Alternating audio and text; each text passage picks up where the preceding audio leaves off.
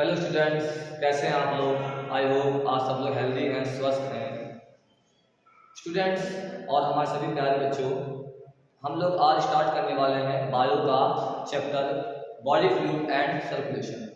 बच्चों, ऐसा है कि नीट एग्जाम आने वाला आज सबको पता है और नीट एग्जाम में 11th के एनसीईआरटी एंड 12th के एनसीईआरटी से काफ़ी कुछ आता है और इम्पोर्टेंट आता है और पॉइंट टू पॉइंट आता है। एनसीईआरटी लाइन बाय लाइन आती है, क्योंकि लाइन बाय लाइन आती है तो हम लोग कोशिश करेंगे गागर में सागर, यानी कि हम लोग कम में ज़्यादा समझने की कोशिश करेंगे। ठीक है, तो हम चैप्टर का नाम लिखने जा रहे हैं बॉडी फ्लूइड एंड सर्कुलेशन।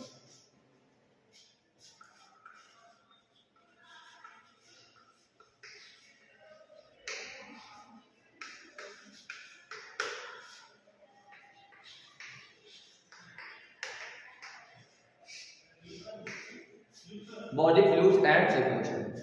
बच्चों, ऐसा होता है कि बॉडी में हम लोग कई तरह के फ्लूइड्स होते हैं, यानी कई तरह के लिक्विड मटेरियल्स होते हैं। लिक्विड मटेरियल जैसे कि हमारा ब्लड होता है, लिम्फ होता है। लिम्फ क्या होता है, हम लोग कहते हैं लिम्फेटिक टिश्यूज, लिम्फेटिक ऑर्गन्स, जैसे कि स्नीज आता है ना, और कफ आता है, तो हम लोग का लिम्फेटिक एक अलग टिश्यूज बनते हैं और एक ब्लड बनता है। तो हम लोग स्टार्ट करते हैं ब्लड से। ओके, हम लोग स्टार्ट करेंगे ब्लड से। तो हम लिखते हैं ब्लड। जैसे हम लोग को पता है, हम पहले भी आपको बता चुके हैं पहले भी कुछ क्लासेस में कि सेल्स हम लोग की बॉडी की बेसिक यूनिट है। आपने पढ़ा होगा the basic unit of all livings, यानी कि cell, discovered by Robert Hooke. Robert Hooke ने 1665 में सेल की डिस्कवरी की थी और कहा गया जितने भी लिविंग्स हैं, कोई भी लिविंग्स है, चाहे माइक्रोब्स हो, चाहे बैक्टीरियाज हो, चाहे कुछ भी हो, सब सेल से बने हैं। सेल से कलेक्ट होकर सेल ऑर्गेनल्स एंड सब ऑर्गेनल्स से कलेक्ट होकर के टिश्यू। तो ब्लड हमारा क्या है, ब्लड हमारा टिश्यू है। कौन सा है, connective tissue, liquid connective tissue. तो ब्लड हमारा क्या है, ब्लड हमारा है लिक्विड कनेक्टिव टिश्यू। ब्लड हमारा है लिक्विड कनेक्टिव टिश्यू। ठीक, सबको पता होगा ब्लड हमारा कनेक्टिव टिश्यू है। अब ब्लड में क्या होता है, ब्लड में हमारे टू पार्ट्स होते हैं। There are two parts which made blood. First thing, formed elements, formed elements यानी ऐसे एलिमेंट्स जो प्लाज्मा के अलावा हैं, ठीक है ना, अलावा उसके हमारे जो होते हैं formed elements, formed elements।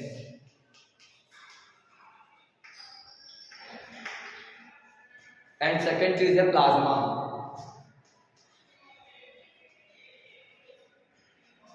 Form elements and plasma, ये आप समझो आपके एनसीईआरटी की लाइन बाय लाइन है, यानी एनसीईआरटी की line by line he question आते हैं पेपर में। ठीक है, तो हम लोग एनसीईआरटी का सिलेबस कंप्लीट करके चलेंगे, थोड़ा शॉर्ट में करेंगे। ये वन शॉट लेक्चर है, वन शॉट लेक्चर में आपको ज़्यादा से ज़्यादा देने की हम लोग तो ट्राई करेंगे। ठीक है, हमारा फॉर्म एलिमेंट जो है वो हमारा 55% होता है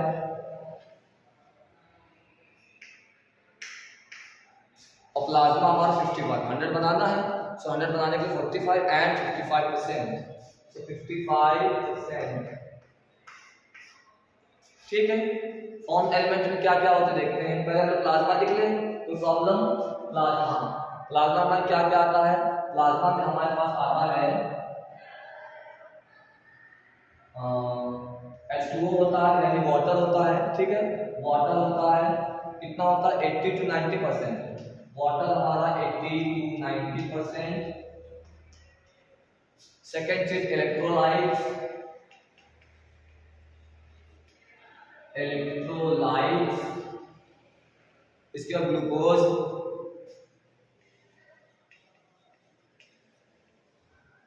amino acids,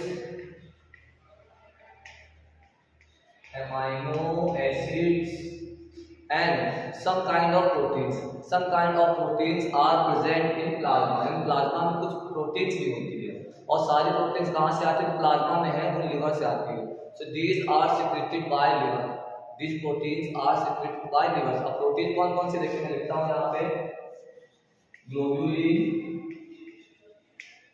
globulin, there are 3 types of globulin: alpha, beta and gamma. So alpha, beta and gamma. Okay, fibrinogen, fibrinogen hydrogen and albumin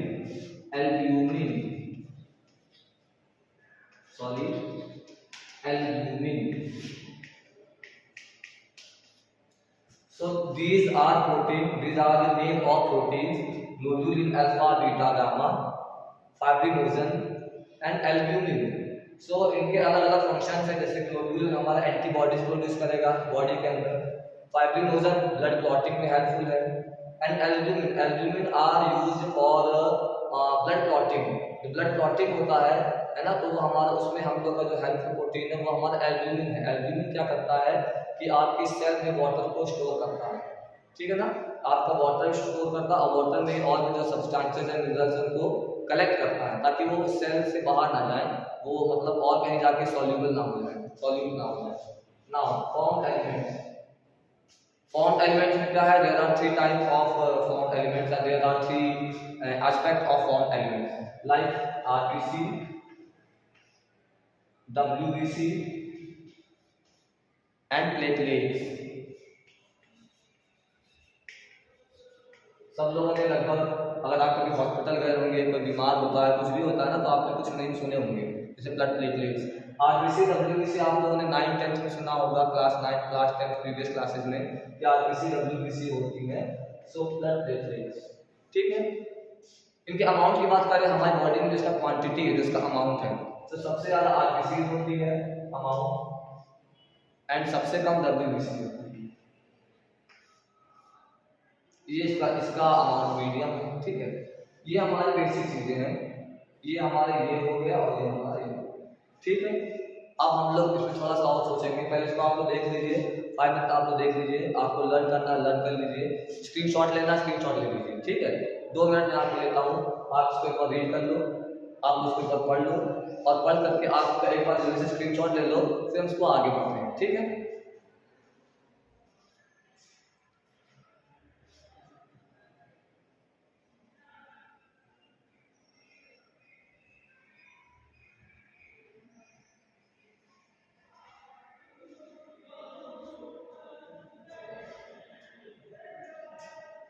ठीक है, मैं इसको इरेज करता हूँ, ओके, इरेज करता हूँ। आई होप आप लोग स्क्रीनशॉट ले जाओ। देखिए, आप लोग यूट्यूब पे पढ़ते हैं और मोबाइल से पढ़ते हैं, तो आप स्क्रीनशॉट तुरंत ले सकते हैं, ज़्यादा आप उसको आप समझते भी रहिए, स्क्रीनशॉट ले लीजिए। और अगर आप हैंडमेड नोट बनाते हैं ना, वो बेस्ट है। हैंडमेड नोट बहुत ही अच्छी चीज़ है और बनाना चाहिए, है ना। हैंडमेड नोट बनाना चाहिए, क्योंकि आप जो खुद से नोट करते हैं ना, वो आपके माइंड में बिल्कुल प्रिंटेड हो जाता है, बिल्कुल छप जाता है। ओके, मैं इसको इरेज करता हूँ, ठीक है।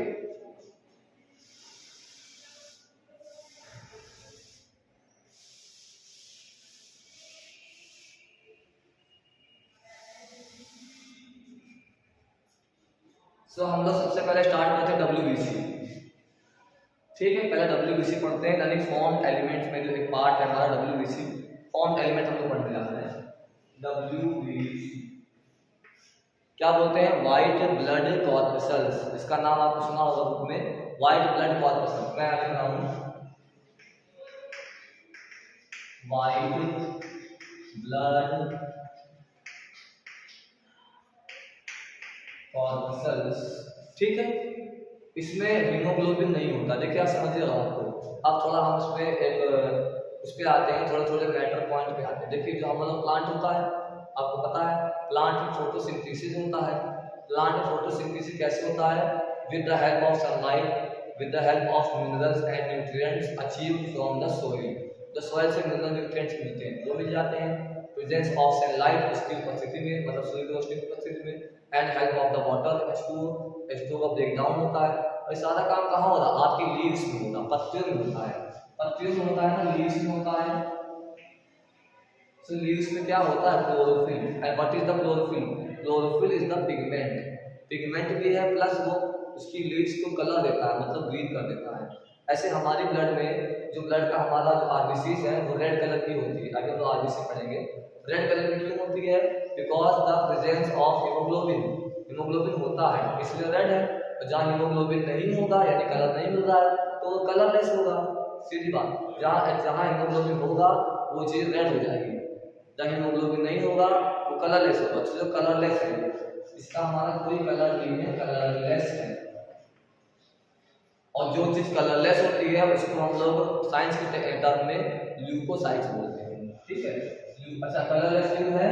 बिकॉज ऑफ आपका जो हीमोग्लोबिन है ना, ये हीमोग्लोबिन आपका नहीं है, एब्सेंट है, ठीक है। देखो आप समझना बात को, ये हम कहते हैं, इसको कहते हैं प्रेजेंट और इसको कहते हैं एब्सेंट, मतलब है ऐड हो रहा है और नहीं हो रहा तो नेगेटिव, ये नेगेटिव साइन है, ये प्लस साइन है। तो अगर हीमोग्लोबिन है तो प्लस, नहीं है तो नेगेटिव। तो हीमोग्लोबिन नहीं है इसलिए कलरलेस है, और कलरलेस को हम लोग दूसरे टर्म में हम लोग कहते हैं ल्यूकोसाइट, अदर टर्म में हम लोग कहते हैं ल्यूकोसाइट। यानी अगर आपको कभी ल्यूकोसाइट टर्म मिलेगा तो आपके माइंड में तुरंत क्लिक होना चाहिए leukocytes mean WBC। Leukocyte means colorless corpuscles and colorless corpuscles are also known as WBC, white blood cell। अब white blood है तो white का हम लोग कहते हैं white तो हमारा एक तरह से कलरलेस है, कोई कलर ही नहीं है, तो white भी है और कलरलेस भी है, ठीक है। तो आप लोग देखिए कलरलेस है तो ल्यूकोसाइट है, WBC, ओके। अच्छा, WBC में कुछ और भी चीजें हैं, जैसे हमारे WBC में अब यहाँ पे दो पोर्शन हो जाएंगे, एक ग्रेन्युलोसाइट, एक ए ग्रेन्युलोसाइट, समझिएगा बात को। इसमें दो फॉर्म होते हैं, ग्रेन्युलोसाइट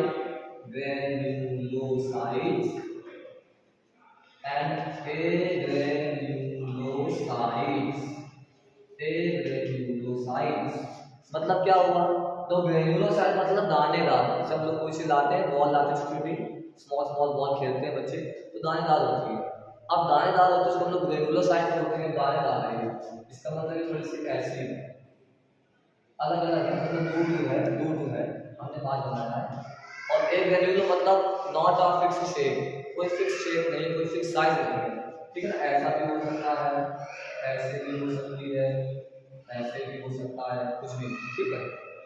अब इसमें हमारे कुछ और नाम आएंगे, जैसे जो हमारी ग्रेन्युलोसाइट होती है ये दो तरह की होती है, एक हमारी होती है लिम्फोसाइट, एक होती है हमारी monocyte.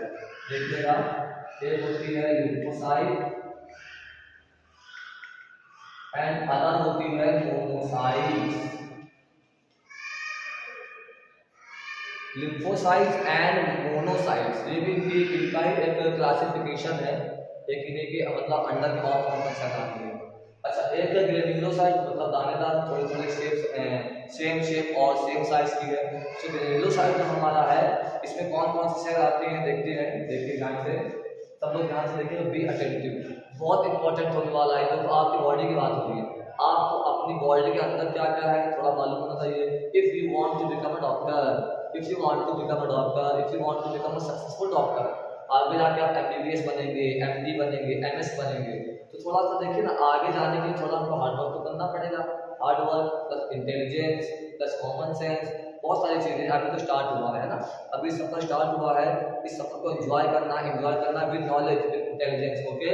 Just be with us, keep with us, be with us and be energetic and be attentive. Sorry, देखिए इसमें कुछ नेम है और नेम सारे मैं आपको याद करा दूंगा। Don't worry, don't be hesitate कि आपको याद नहीं होगा, हमारी बहुत बेस्ट फैकल्टीज यहाँ पर है, सब आपके लिए लगी हुई है तन मन धन से, with all soul, with heart and soul, आपको सब कुछ याद हो जाएगा। Don't need to worry, no need to be worried. So neutrophils, क्या नाम है? न्यूट्रोफिल्स यानी कि ना ये इनमें कोई मतलब चार्ज नहीं, ना एसिड है और ना बेस है, ना एसिड ना बेस है, सो न्यूट्रल है, सो न्यूट्रोफिल्स है। कुछ होती है एसिडोफिल्स, अच्छा एसिडोफिल्स कोई हम लोग समटाइम इओसिनोफिल्स कहते हैं। अच्छा एक बात और समझिएगा, बायो में कई बार एक टर्म के कई सारे नाम होते हैं और मोस्ट ऑफ द टाइम हम लोग सारे टर्म लर्न करने पड़ते हैं, सारे टर्म इसलिए क्योंकि एग्जाम में थोड़ा टर्म चेंज करके आता है, बट आपको याद है तो आपसे कंफ्यूज बिल्कुल नहीं होंगे। हमें सारे टर्म को याद करने पड़ेंगे, सारे टर्म को हमको समझना पड़ेगा, ठीक है। सेकंड है एसिडोफिल्स और इसी को हम लोग इओसिनोफिल्स भी कहते हैं, कि कई बार एग्जाम में नाम चेंज करके इओसिनोफिल्स भी आता है, so don't need to be worry. Eosinophils हम लोग पढ़ना है, इओसिनोफिल्स।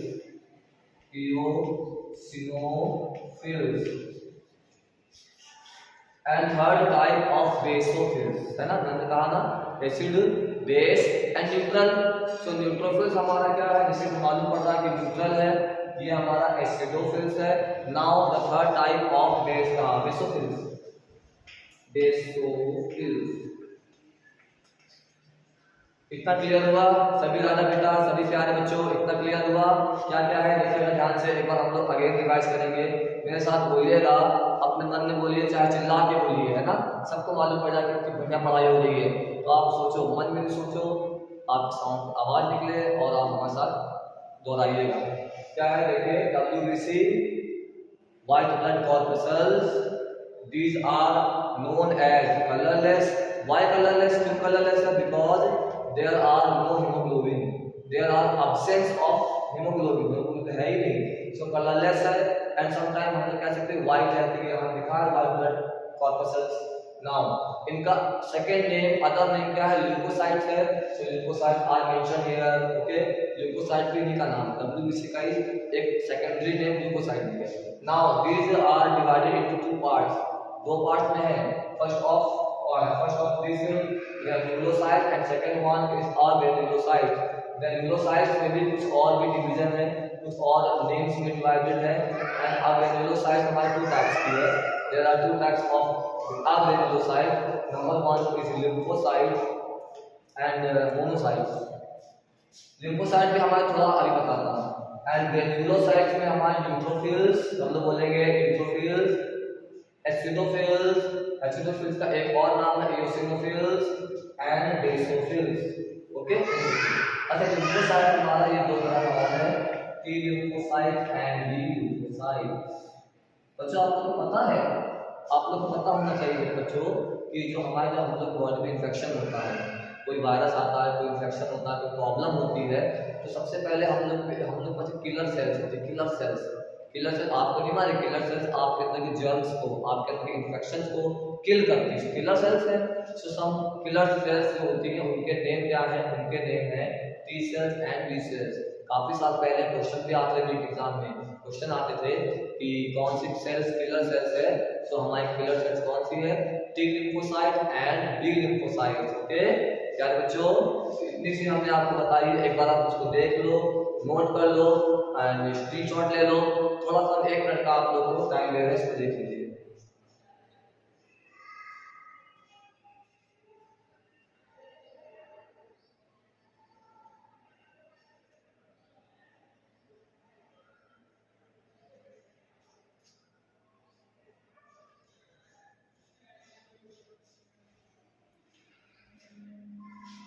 ठीक है ना, क्योंकि सब क्वेश्चन बहुत इंपॉर्टेंट है, एग्जाम में most of the time repeat होते हैं, और इन क्वेश्चन जब एग्जाम में आते हैं ना तो थोड़ा कंफ्यूजन भी क्रिएट करते हैं। बट अगर आपके पास शॉर्ट नोट बना हुआ है, आपका हैंडमेड नोट बना हुआ है, और आप इस लेक्चर को जो मैं दे रहा हूँ आपको डिलीवर कर रहा हूँ, इस लेक्चर को अगर आप देखते हैं ध्यान से, अटेंटिव होकर के, तो एग्जाम में ऐसा कोई पॉसिबल नहीं कि आपको क्वेश्चन क्लियर ना हो पाए। क्वेश्चन क्लियर होगा, क्वेश्चन क्रैक होगा, क्वेश्चन क्या पूरा एग्जाम पेपर क्रैक होगा, है ना।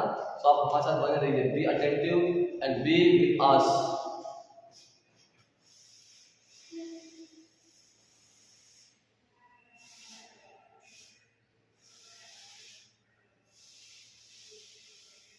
अच्छा, कुछ अदर नेम और भी हमने आपसे बताया तो किलर सेल, कुछ और भी नेम, WBC के कुछ और भी नेम है, किस नेम से, किस टर्म से आते हैं वो देखते हैं, और क्या टर्म यूज होता है। देखिए हम स्टार मार्क बताएंगे। स्टार मार्क का मतलब अब आपको उसको और ध्यान देना है। स्टार मार्क का मतलब हो जाएगा मेरे लिए और आपके लिए भी, इसको और अच्छे से याद करना है और दिमाग में रखना है, और उसको बिल्कुल फोकस किया। जैसे आप उसमें टर्म दिया, टर्म देते ही आप उसका आंसर माइंड में तुरंत आ गया। देखिए क्या होता है, आर्मी ऑफ बॉडी। क्यों हमने कहा आर्मी ऑफ बॉडी? आर्मी क्या करती है? आर्मी किसी फिक्स टेरिटरी को, फिक्स नेशन को, फिक्स कंट्री को तो क्या करते हैं, प्रोटेक्ट करती है। आर्मी रक्षा करती है ना, प्रोटेक्ट करती है, बाहर से आने वाले दुश्मनों से बचाती है, उनसे लड़ती है। सेम वर्क, सेम फंक्शन ये WBC करती है। बाहर से आने वाली से, बाहर से आने वाले harmful substances, harmful chemicals, infection, disease, bacteria, germs, इन सबसे कौन लड़ता है? इन सब WBC लड़ती है। अब चूंकि लड़ती है तो ये आर्मी है, ये हमको प्रोटेक्ट भी करती है और इनका सो WBC में जो हमने बताया था आप लोग को, जो हमारे सोल्जर्स ऑफ द बॉडी है या आर्मी ऑफ द बॉडी है, तो हमने क्या लिखा था देखिएगा,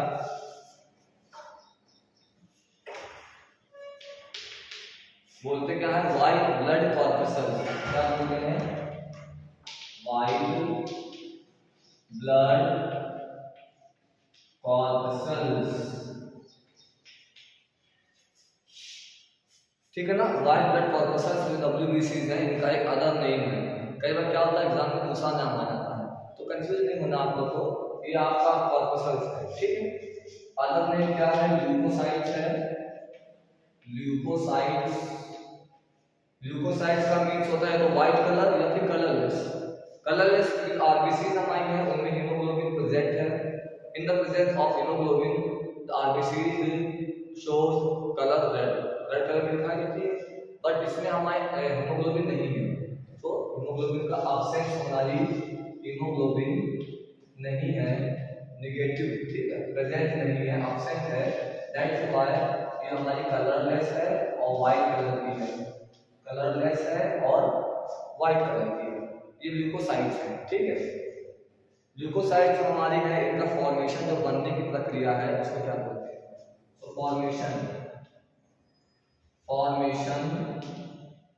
ऑफ WBC इसको बोलते हैं। जैसे आप देखो ल्यूकोसाइट्स लिखा है, ठीक है ना, तो हम लोग कहेंगे ल्यूकोसाइटोसिस,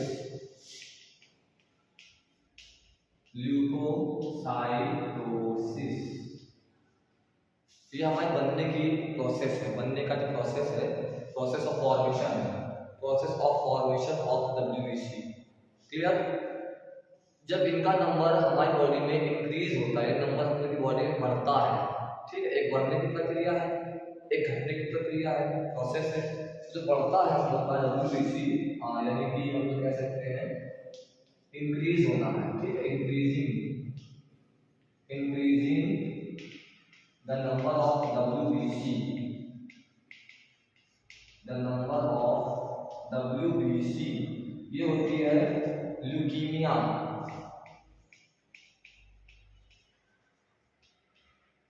ल्यूकीमिया, ल्यूकीमिया क्योंकि देखो ल्यूकोसाइट्स आ रहा है, सो ल्यूकीमिया। और जब इनका नंबर घटेगा यानी इनके नंबर्स में डिक्रीज होगा, इनका नंबर डिमाइज होगा, उसको हम लोग बोलेंगे ल्यूकोसाइटोपीनिया। इसके बाद हमने बताया था कि पीनिया जो आता है, आपका टर्म आएगा penia. So penia term is referred to decreasing order, decreasing number of WBC। so ऐसा साइन बना दिया हम लोगों ने डिक्रीजिंग का, तो डिक्रीजिंग, ठीक है, डिक्रीजिंग नंबर ऑफ WBC, ल्यूकोसाइटोपीनिया,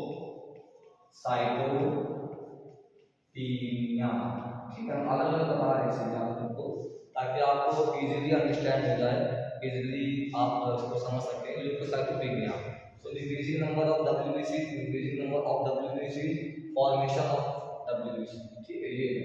ये सारी न्यूक्लिएटेड होती है, यानी कि सब में न्यूक्लियस पाए जाते हैं, न्यूक्लियस होता है। अब न्यूक्लियस होता है तो न्यूक्लियस अलग अलग शेप एंड साइज का होता है, अलग अलग शेप एंड साइज का होता है, न्यूक्लियस होता है। पहले इसको आप देख लो, एक बार स्क्रीनशॉट ले लो, अदरवाइज आप नोट भी कर सकते हो, ठीक है। सब लोग देख लो इसको एक बार, अंडरलाइन करिएगा जो आपको याद करना है, जो टर्म आपको याद करने हैं ना, वो टर्म मैंने यहाँ लिख दिया है, तो सब लोग देख लो एक बार, ठीक है ना।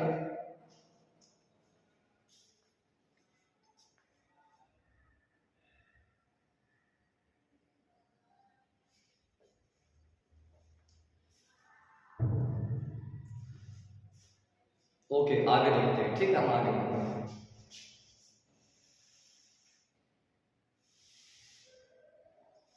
कल हमने बताया था WBCs में कुछ ग्रेन्युलोसाइट्स हैं, कुछ ए ग्रेन्युलोसाइट्स, यानी कि होता क्या है, कुछ ग्रेन्युलोसाइट्स होते हैं, कुछ ए ग्रेन्युलोसाइट्स होते हैं, ठीक है। उनको हम लोग अलग अलग हम लोगों ने नाम दिया हुआ था, देखिएगा ध्यान से।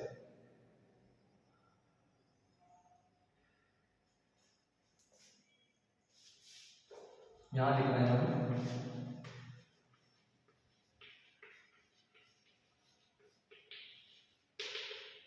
ग्रेन्युलोसाइट्स। ग्रेन्युलोसाइट्स में कौन कौन से थे? न्यूट्रोफिल्स,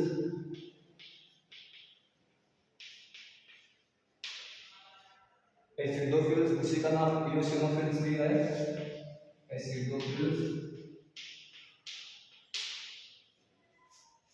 और बेसोफिल्स।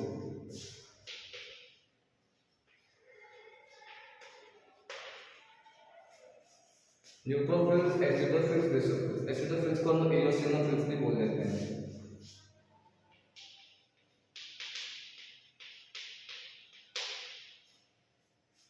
और कुछ हमारी ए ग्रेन्युलोसाइट्स हैं, ठीक है ना, ए ग्रेन्युलोसाइट्स।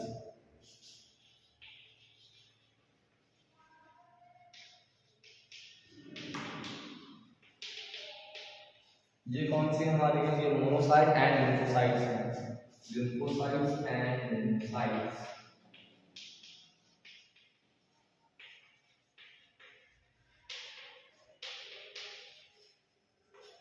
Lymphocytes and monocytes. अब देखिए होता क्या, हमारी बॉडी में इनके कुछ अमाउंट होते हैं, ठीक है, अमाउंट होते हैं और इनके कुछ फंक्शंस होते हैं। तो हम लोग पहले फंक्शंस लिख लेते हैं, फिर अमाउंट लिखते हैं, ठीक है। फंक्शंस क्या देखिए, देखिए हमारी बॉडी में जितनी भी WBCs है कलरलेस है, तो अपने कलर की यानी अपनी जो सराउंडिंग में सेल्स है उनको पहचानती है। अब उनको पहचानती है, जब उनसे बाहर से कोई सेल आती है अलग कलर की होती है, चाहे इन्फेक्शन हो, चाहे वो जर्म्स हो, चाहे बैक्टीरिया हो। अब वो उनको जब दूसरे सेल्स को देखती है तो देखते ही सारी सेल्स जाती है उसके पास, अटैक कर देती है, अटैक करके उसको खा जाती है, खा लेती है यानी खत्म कर उसको। तो ये हम लोग को बॉडी को बचाती है। तभी मैंने कहा ना कि soldiers of the body, army of the body and protectors of the body. तो ये हम लोग को बचा लेती है। तो ये जाकर के उन सेल्स को, उन जर्म्स को, उन बैक्टीरियाज को खा लेती हैं, ठीक है। तो हम लोग देखते हैं अच्छा जब ये खाने जाती हैं तो ये हमारी सेल से टिश्यूज में जा रही हैं, और सेल से टिश्यूज में जाते वक्त इनका नाम रहता है फेगोसाइट्स। क्या नाम है? फेगोसाइट्स। तो फेगोसाइट्स वो सेल्स हैं, वो WBCs हैं जो अपनी जगह जाते दूसरी जगह जाती हैं, और जो इन्वेडर सेल्स हैं, जो अटैक करने वाली सेल्स हैं, उन पर अटैक करती हैं। कौन कौन सी होती हैं? वो होती है न्यूट्रोफिल्स एंड मोनोसाइट्स। देखिएगा, मोनोसाइट्स एंड न्यूट्रोफिल्स।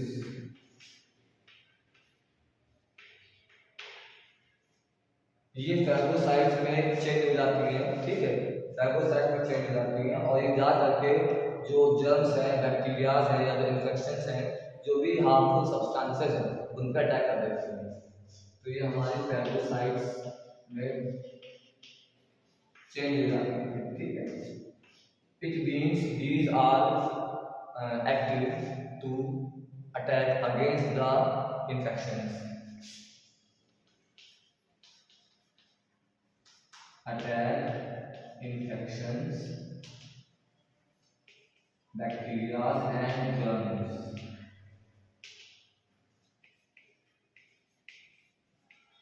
आप तो देख रहे होंगे मैंने बैक्टीरिया लिखा, जर्म्स लिखा, बट वायरस नहीं लिखा। क्यों? क्योंकि वायरस कभी भी, वायरस जो हमारे बॉडी में होता है, बॉडी में बाहर से आता वायरस, उनके साथ कभी WBC की फाइटिंग नहीं होती। WBC कभी वायरस की फाइटिंग जल्दी नहीं करता है। अब आप सोचोगे ऐसे क्यों? क्या कोई रीजन है? क्या कोई इसका एग्जाम्पल है? यस, अभी कोरोना हुआ था, कोविड-19 हुआ था, तो कोविड-19 सोचो अगर हम लोग WBC से लड़ लेती, उससे फाइट कर लेते, तो हम लोग को वैक्सीनेशन क्यों करना पड़ता? जितनी भी वैक्सीन होती हैं उन वैक्सीन के क्योर के लिए, इलाज के लिए, उन वैक्सीन के इलाज के लिए हम लोग को बाहर से वैक्सीन लेनी पड़ती है। बाहर से वैक्सीन लेना मतलब वैक्सीनेशन, यानी उस वायरस के, एक स्पेसिफिक वायरस के लिए स्पेसिफिक एंटीडोट बनाना पड़ता है। पहले उस वायरस की जीनोम सीक्वेंसिंग होती है। अभी जब आप जेनेटिक्स पढ़ेंगे तो वायरस की स्पेशली जीनोम सीक्वेंसिंग होती है, जीनोम सीक्वेंसिंग होती है, उसके वेरिएंट का पता लगता है, variant B, variant alpha, variant delta, ठीक है ना। बहुत इंटरेस्टिंग है, आप समझिएगा। कोरोना से हम लोग इतना भी उस स्टेज से बाहर आए हैं, उस एजेस से बाहर आए हैं, तो वो हम लोग के लिए काफ़ी हेल्पफुल है, काफ़ी यूजफुल है। तो जितने भी वायरस से रिलेटेड हमारी डिसीजेज है, उसके लिए एंटीबॉडीज हम लोग क्या बोलते हैं, इंस्टीट्यूट में बनाते हैं, ठीक है, लेबोरेटरी में बनाते हैं, एंटीडोट बनाते हैं। अब वो एंटीडोट है ना, सिरिंज के फॉर्म में, और सिरिंज के जो है फॉर्म में हम लोग को इंजेक्ट की जाती है। इंजेक्ट होती है तो वो एंटीवायरल प्रोटीन्स एंड एंटीवायरस अंदर जाकर के उन वायरस को किल करता है, उन वायरस को खत्म कर देता है। तो WBC never fight against viruses, so that's why I only have written bacteria and germs, यानी बैक्टीरिया एंड जर्म्स लिखा मैंने, बट मैंने वायरस नहीं लिखा। नोट कर लीजिएगा, ठीक है, इसको आप बहुत ज़्यादा मेंशन कीजिएगा कि WBC का वायरस से फाइटिंग के सेंस में कोई कनेक्शन नहीं है।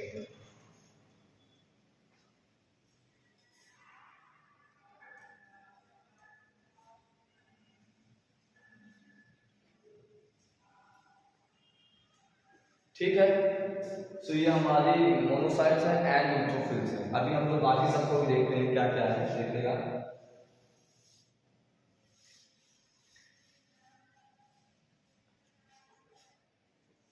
इओसिनोफिल्स, बेसोफिल्स एंड लिम्फोसाइट्स, ठीक है, देखिएगा।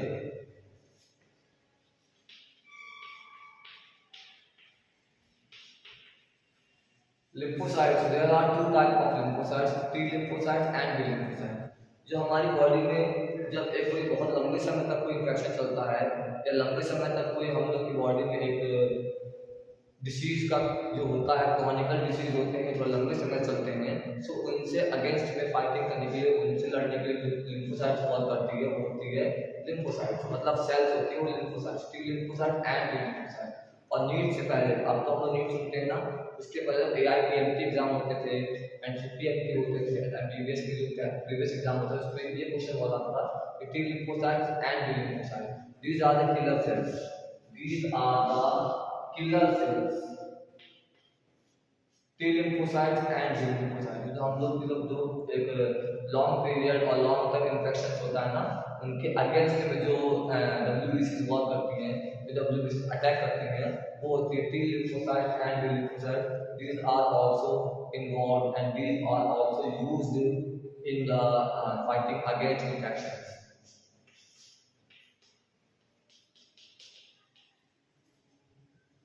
ठीक है ना, इन्फेक्शंस के अगेंस्ट में ये T lymphocytes and B lymphocytes and these are also known as killer cells, killer cells। और एक और बोलते थे, एक वर्ड और आता है जो अब आना बंद हो गया है, बट कई बार आता है, मेमोरी सेल्स, मेमोरी सेल्स, ये भी आप समझिएगा, मेमोरी सेल्स। मेमोरी सेल्स क्यों? जब दोबारा कभी इन्फेक्शन होगा, अगेन दोबारा फिर कुछ साल बाद इन्फेक्शन होगा, तो ये इनको याद रखती है, मेमोरी, इनकी मेमोरी में, यानी इनके डिफेंस मैकेनिज्म में, डिफेंस मैकेनिज्म में सारा का सारा हमारी बॉडी में डिसीज के अगेंस्ट डिफेंस मैकेनिज्म वर्क कर रहा है। सो डिफेंस मैकेनिज्म जो है ना, ये मेमोरी सेल्स का मतलब ये फिर भी कुछ साल के बाद भी इन्फेक्शन होता है तो ये उस सेल्स को, उस बीमारी वाली जो इन्फेक्शन है, बैक्टीरिया है, जर्म्स है, उनको पहचान के किल करती है, तो मेमोरी सेल्स बोलते हैं। ये वाला बहुत इंपॉर्टेंट क्वेश्चन पहले होता था। एंड जो हमारे जो मेडिकल टेस्ट होते थे, प्री मेडिकल टेस्ट होते थे, उनमें बहुत ही एक उनका सुटेबल क्वेश्चन होता था, फेवरेट क्वेश्चन होता था मेमोरी सेल्स। तो मेमोरी सेल्स हमारे ये लिम्फोसाइट्स, T lymphocyte B ये होते हैं, ठीक है। नेक्स्ट हमारा है एसिडोफिल्स या इओसिनोफिल्स। एसिडोफिल्स या हमने लिख दिया और इओसिनोफिल्स।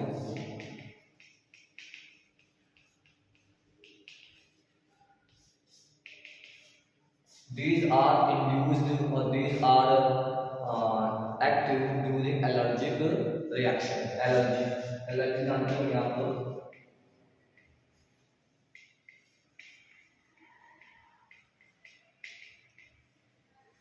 एलर्जी, जब एलर्जी आ जाती है बॉडी में, एलर्जी होती है, कई बार देखो आप कुछ काफी समय बाद कोई शर्ट पहने हो, आप कोई चीज पहनते हो तो आपको एक इचिंग होती है, थोड़ी इचिंग होती है, या अचानक कहीं जाओ आपको खांसी आती है, छींक आती है, स्नीज आती है, कफ आती है, या कोई चीज खाने से आप बचते हो कि मुझे वो चीज़ नहीं खानी, या कोई स्मेल से बचते हो, या अगर कहीं डस्ट उड़ रही है, डस्ट उड़ने से आपके जो है मतलब नोज से वाटर आने लगता है या आंखों से वाटर आने लगता है, छींक आती है, खांसी आती है, इचिंग होती है, इससे बॉडी में बता दें आपको उस चीज से दूर हो जाएगी। डिफेंस है ना, डिफेंस मैकेनिज्म, या आपसे कह रहे हैं उस कंडीशन से, उस एनवायरनमेंट से, उस सराउंडिंग से आप दूर हो जाएंगे क्योंकि वो आपके लिए हार्मफुल होता है। So allergy and allergy related to acidophils or eosinophils. So acido and eosinophils are used in the term of allergic reaction. Allergy यानी आपको एलर्जी से बचना है, और एलर्जी आपके बेसिकली आपकी बॉडी को वो अलर्ट कर रहा है कि वहाँ से हट जाइए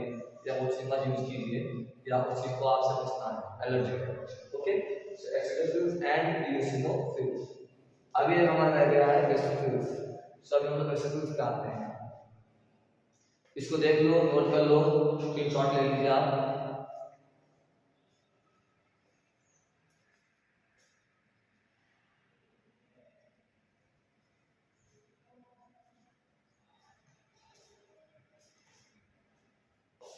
ठीक है, अभी इसको इरेज करते हैं, आपको एक बार देख लो, नोट कर लीजिए।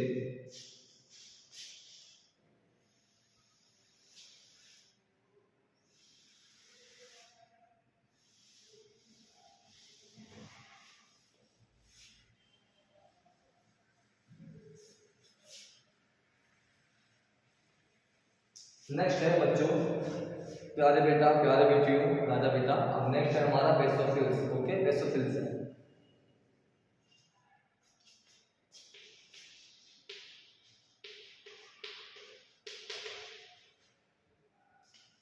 बेसोफिल से हमारे कुछ केमिकल्स रिलीज होते हैं। बेसोफिल जो हमारी हैं उनसे कुछ केमिकल्स रिलीज होते हैं, और ये केमिकल्स हमारे बॉडी में बहुत ही इंपॉर्टेंट रोल प्ले करते हैं। कौन कौन से केमिकल्स होते हैं?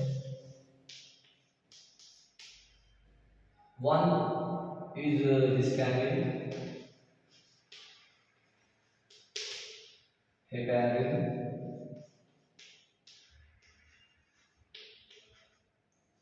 And serotonin.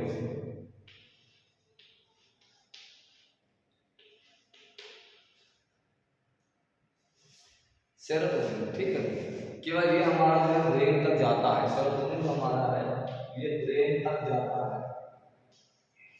एक्चुअली सब केमिकल्स हैं, ठीक है, और सेरोटोनिन हमारा न्यूरोट्रांसमीटर भी है। देखो जब आप न्यूरो सुनो, कभी न्यूरो एक टर्म आता है न्यूरो, इसका मतलब हमारे ब्रेन से, हमारे मसल, हमारे माइंड से, क्योंकि ब्रेन में हमारे होते हैं न्यूरॉन्स। अभी हम लोग जब चैप्टर पढ़ेंगे कंट्रोल एंड कोऑर्डिनेशन, तो उसमें क्या होता है, हमारे ब्रेन में न्यूरॉन होते हैं, ठीक है, न्यूरॉन और एक्सॉन होते हैं, जो हमारे ब्रेन के बराबर पंप होता है, इलेक्ट्रिक पंप होते हैं, उसके थ्रू मालूम पड़ता है कि हम लोग न्यूरॉन बन रहे हैं। तो न्यूरो जो ब्रेन तक जाके केमिकल रिलीज करते हैं और वापस आते हैं, फिर आते हैं तो केमिकल रिलीज करते हैं। तो न्यूरो ट्रांसमीटर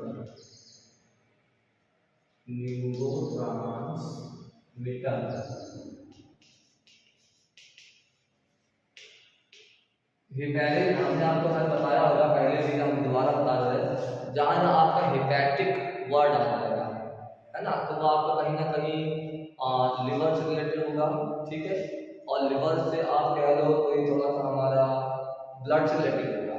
तो ब्लड को एंटीकोआगुलेशन की प्रोसेस करने में हिपैरिक का जो है यूज होता है। एंटीकोआगुलेशन जो हमारे ब्लड में क्लॉटिंग होती है, सो ब्लड में क्लॉटिंग के वक्त in the process clotting heparin हमारा एक्टिव हो जाता है, ब्लड क्लॉटिंग में हेल्प करता है। तो हम इसको बोलते हैं, हमने उसको टर्म दिया हुआ है एंटीकोएगुलेशन।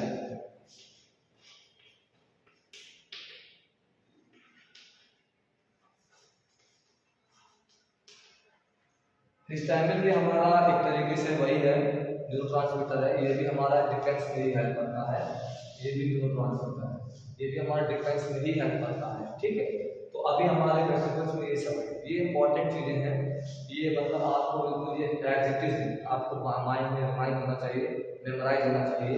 अगर आपको मेमोराइज है तो आपका एग्जाम बहुत अच्छा होने वाला है, और आप एग्जाम में बहुत अच्छा मतलब ओनली बालों का जो पोर्शन है, तो उसमें आप 80 प्लस 90 प्लस 90% प्लस 80% प्लस आप स्कोर कर सकते हो। अगर आप इस वीडियो में बने हुए हैं, आप रेगुलरली वीडियो हमारे देखते हैं, ठीक है ना, तो आप मतलब 80% प्लस और 90% प्लस स्कोर कर सकते हैं बायो के क्वेश्चन में, ठीक है। तो आप इसको देखोगे, अब जल्दी से आगे बढ़ते हैं।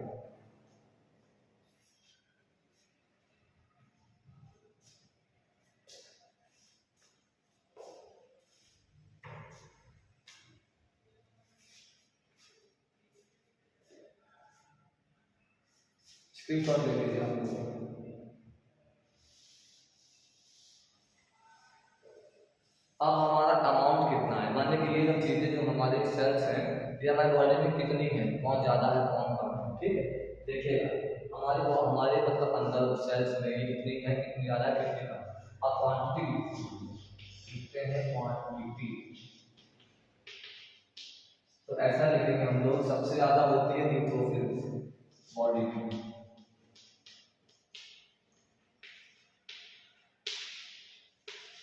नाउ अब इसके बाद होगी लिम्फोसाइट्स।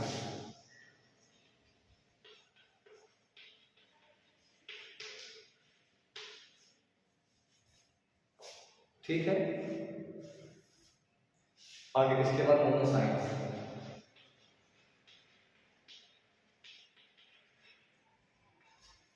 Now eosinophils.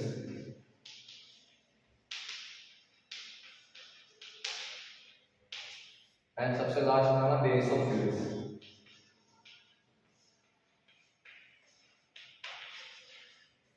देखो ये हमारा अमाउंट है, माने ये होती क्या है, 1% होती है बॉडी में, 1 ईयर से कम भी होती है, ये 3 to 5 होती है, बल्कि 2 to 3 होती है, 2 to 3 होती है। ये हमारी 50 to 60 समथिंग होती है, 50% से ऊपर होती है, 60 और 65% होती है। ये 20 to 30 या आप कह लो 20 to 25 और 30 समथिंग होती है, और ये हमारी 10 to 15 होती है। ऐसा है, ये एवरेज है, ये एवरेज है, ऐसा कोई नहीं कि नहीं होती है, लेकिन कहने का आपका यहाँ पे इंटेंशन ये है कि ये हमारा जो एक्चुअल जो हमारा हमारा क्वांटिटी का जो वेरिएशन है, ठीक है, हमारा वेरिएशन ये है। इसको हम थोड़ा सा आगे पीछे कर सकते हैं, नो प्रॉब्लम। ये हमारा हाँ ये हमारा 45 है ना, क्योंकि हमको 100 बनाना है। 100 बनाने के लिए आप जानते हो हम क्या करते हैं, तो हमने कहा ये वेरिएशन है, इसको थोड़ा सा आगे पीछे चलता है। अगर हम इसको जोड़ने का आए तो हमको 100 नहीं हो रहा है, बट यहाँ बेसिकली कहने का मतलब ये सबसे कम कौन सा है और सबसे ज़्यादा कौन सा है, ये मेन पूछा जाता है कि सबसे कम सबसे ज़्यादा, है ना, smallest quantity and largest quantity, main question ये आता है। बट अगर कभी सीरियल में आ जाए, हम लोग क्या कहते हैं इसको, ascending order and descending order, so कभी असेंडिंग डिसेंडिंग में आ जाता है तो हम उसको ऐसे लिखते हैं। लेकिन आप सोचोगे नाम याद कर रहे हैं, बड़े टफ नाम है, टिपिकल नाम है, don't worry, this is the option. यहाँ हमारा जो चैनल है, यहाँ जो हमारा वीडियो है, हम हर एक ऑप्शन आपको अवेलेबल कराने की चीज़ आपसे कोशिश करते हैं। देखिए याद कैसे होगा, आपसे याद कैसे होगा, तो हम एक ट्रिक बनाते हैं। आज की इलेक्ट्रिक बस बहुत चल गई है, बहुत चल गई है, इलेक्ट्रिक बस चल गई है, और हर एक सिटीज़ में, मेट्रो सिटीज़ में, मेट्रोपॉलिटन एरियाज में इलेक्ट्रिक बस चल गई है। तो हमने ट्रिक बनाई है, अपने मन से बनाई है, हो सकता है आप देखो एक ट्रिक आप खुद भी बना सकते हो, जो आप बनाओ आपके लिए यूजफुल होगी। अगर आप नहीं बना पा रहे तो उसके लिए हमें, ठीक है, हमें इसको याद करना है। सीरियल असेंडिंग ऑर्डर, ये लिखा है न्यू, हम इसको मान के चलते हैं न्यू। सपोज करो आप कहीं नए शहर में आए हो, कहीं नई सिटी में आए हो, नए शहर में आए हो, एक मिनट के लिए आपको सब कुछ नया नया लग रहा है, सब कुछ नया नया लग रहा है, तो आप कहोगे हमारी तो बिल्कुल लाइफ न्यू हो गई है, हमारी लाइफ न्यू हो गई है। तो हम लिखेंगे हमारी लाइफ न्यू, मतलब न्यू लाइफ, न्यू। अच्छा लाइफ का पहले थोड़ा चेंज करो, क्योंकि आप WBC पढ़ रहे हो, एक याद रखो लिम्फोसाइट, एक की याद रखो लिम्फोसाइट, और लिम्फो LY लिखना पड़ेगा, तो न्यू लाइफ। यहाँ ऐसे करो, कितना ध्यान देना है, NE पे ध्यान देना है, LY पे ध्यान देना है। सो न्यू लाइफ में ई बस से आ जाओ, लेकिन अभी शहर में हम लोग नए आए हैं, सब लोग ई बस से चल रहे हैं आज, तो न्यू लाइफ में ई बस से आओ, ई बस से आओ। और बस के लिए आप बेसोफिल्स लिख लो, बस के लिए आप बेसोफिल्स लिख लो। ऐसा मत सोचना कि यहाँ पे स्पेलिंग गलत हो गई, स्पेलिंग कोई गलत नहीं है, बस की स्पेलिंग सिंपल है, BUS है, बट हमें सेल्स के नाम याद करने हैं, तो लाइफ को हमने ऐसे बना दिया ताकि लिम्फोसाइट याद आए, लिम्फोसाइट, और बस को हम लोग बेसोफिल्स मान लो एक मिनट के लिए, बस को बेसोफिल्स, तो ये हो गया, ये इओसिनोफिल्स है, ये इओसिनोफिल्स है, बेसोफिल्स है, मोनोसाइट है। क्योंकि जब कभी आपको असेंडिंग मिलेगा तो आपको पहला लेटर, फर्स्ट लेटर पे आपको कॉन्सेंट्रेट करना है। कभी सीजन में एग्जाम में आ भी जाए कि असेंडिंग ऑर्डर बनाइए, डिसेंडिंग ऑर्डर बनाइए, तो आपको ओनली आपको फोकस करना है फर्स्ट लेटर पे, एंड फर्स्ट लेटर को ही आपको यहाँ पे कॉन्सेंट्रेट करना है। देखो ये है, यहाँ से आ रहा लिम्फो, यहाँ से आ रहा लिम्फो, ये एक ही एम से है, मोनो एक ही है, मोनो एओसिनोफिल्स, एओसिनो कोई एसिडोफिल्स, और एओसिनो आप समझ जाओ कि ए तो कहीं है फर्स्ट लेटर, ए तो कहीं नहीं है, ठीक है। तो ये वाला हो जाएगा, ये वाला हो जाएगा, और ये हमारा बेसिकल्स है। यानी इसका हमारा एक सीरियल है ना, सीरियल हमारा एक करेक्ट सीक्वेंस, एक करेक्ट सीक्वेंस है, कौन सा ज्यादा है कौन सा कम। फटाक से इसको आप नोट कर लो, इसको आप स्क्रीनशॉट कर लो जल्दी से।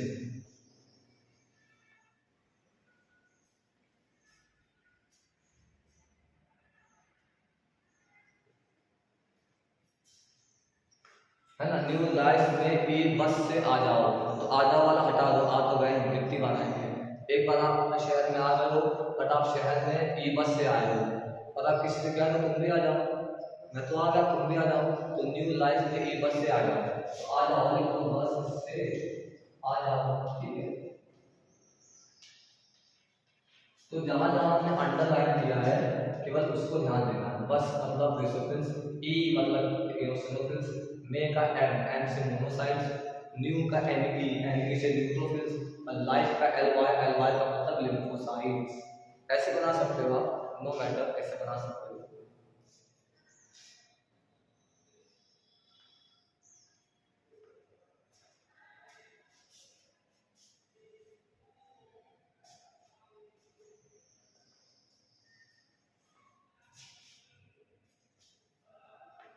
तो हमारा डब्ल्यूबीसी का जितना पोर्शन था वो कंप्लीट हो गया, ठीक है।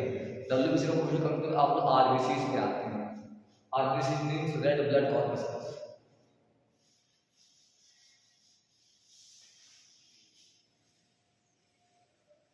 देखिएगा, आरबीसी मींस होता हमारा रेड ब्लड कॉर्पसेल्स, ठीक है। क्योंकि हमारे रेड कलर की, क्यों रेड कलर की है, क्योंकि वो उनका कनेक्शन वो मैनो से है, लिख रहे हैं, ठीक है।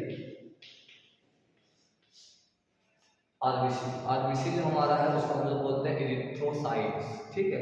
आरबीसी को हम लोग बोलते हैं इरिथ्रोसाइट्स, अदर नेम हमारा है इरिथ्रोसाइट्स।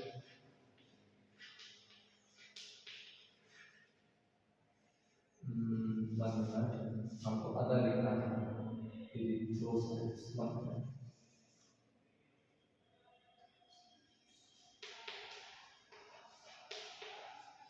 ठीक है। ये दूसरा नेम, हमको अदर नेम लिखना था, अदर नेम, इरिथ्रोसाइट्स इसका नेम है, ठीक है। Found in red bone marrow, red bone marrow में होता है आरबीसी, ठीक है। इनका लाइफ स्पैन मतलब कब तक जिंदा रहते हैं, लाइफ स्पैन होता है 120 डेज, लाइफ स्पैन होता है 120 डेज।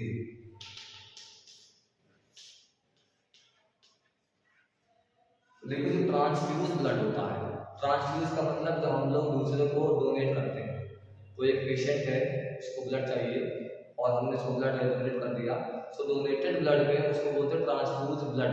तो जब ट्रांसफ्यूज ब्लड किसी को डोनेट करेंगे तो उस ब्लड में जो आरबीसी का जो लाइफ स्पैन होगा वो 60 डेज होगा। क्यों 60 डेज वो होगा, उसके बाद उसकी बॉडी में जाएगा, मतलब जब बॉडी में जाएगा उसके बाद 60 डेज वो चलेगा, तो जो मैंने दिया है वो खत्म हो जाएगी धीरे धीरे, और जो मेरे आरबीसी हैं उसमें से काफी आरबीसी खत्म हो जाएगी, और उस आरबीसी उसकी बॉडी में रिप्लिकेट होगी, नई बननी चालू हो जाएगी, तो उसको उसकी आरबीसी मिल जाएगी, एंड मेरी आरबीसी जो बनेगी वो उसकी तरह जाएगी, उसमें से कुछ खत्म हो जाएगी।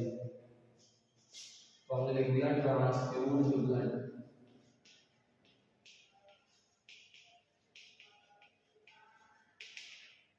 ठीक है। इसका नाम, उसका 50 डे लाइफ स्पैन है, उसके लाइफ स्पैन 60 डे है। फॉर्मेशन जब इसका बनना यानी आरबीसी का बनना, जो हम लोग पहले पढ़ रहे थे डब्ल्यूबीसी का, तो यहाँ भी हम लोग पढ़ेंगे कि आरबीसी का बनना इसको बोलते हैं, देखो एरिथ्रो लिखा हुआ है, सो एरिथ्रोसाइटोपोएसिस, एरिथ्रोसाइटोपोएसिस, एरिथ्रोसाइटोपोएसिस, ठीक है। जिस हार्मोन से बनता है, जिस इसका नाम है इसका नाम है एरिथ्रोसाइटिन, या सॉरी एरिथ्रोसाइटोपोएटिन। ये पोएटिन का क्या है? एरिथ्रोसाइटोपोएटिन, एरिथ्रोसाइटोपोएटिन। जब इनका नंबर बॉडी में इंक्रीज होता है, मतलब आरबीसी का नंबर इंक्रीज होता है, ठीक है,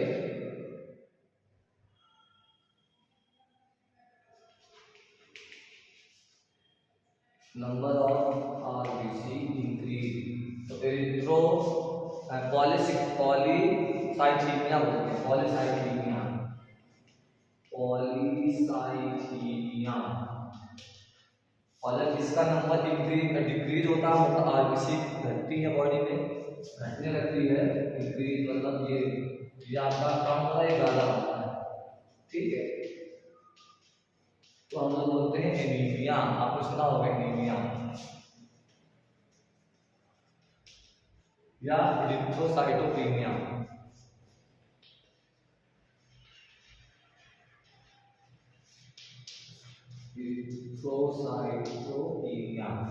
एरिथ्रोसाइटोपेनिया ये हो जाता है जब इसका नंबर घटता है, ठीक है। बस को देख लो आप, इसको देख लीजिए आराम से, बस रीड कर लो, आप इसका फोटो खींच लो, एक बार देख लीजिए।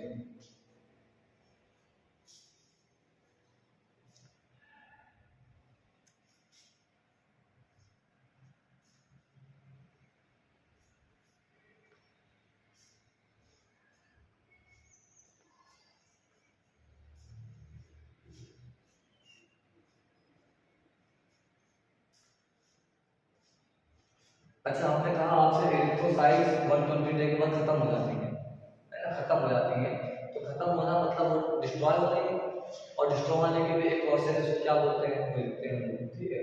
इसके आरबीसी से डिस्ट्रॉय होने का प्रोसेस है, यानी एक इसकी छोटा सा प्रोसेस है, उसका नाम क्या है? देखिए हम लिख रहे हैं,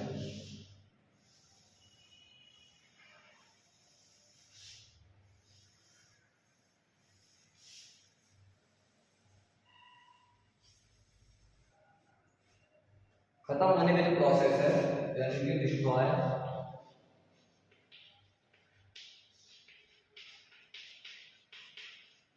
इसको बोलते हैं एरिथ्रोक्लैसिया। क्लैसिया होता है मतलब खत्म हो जाना, ठीक है।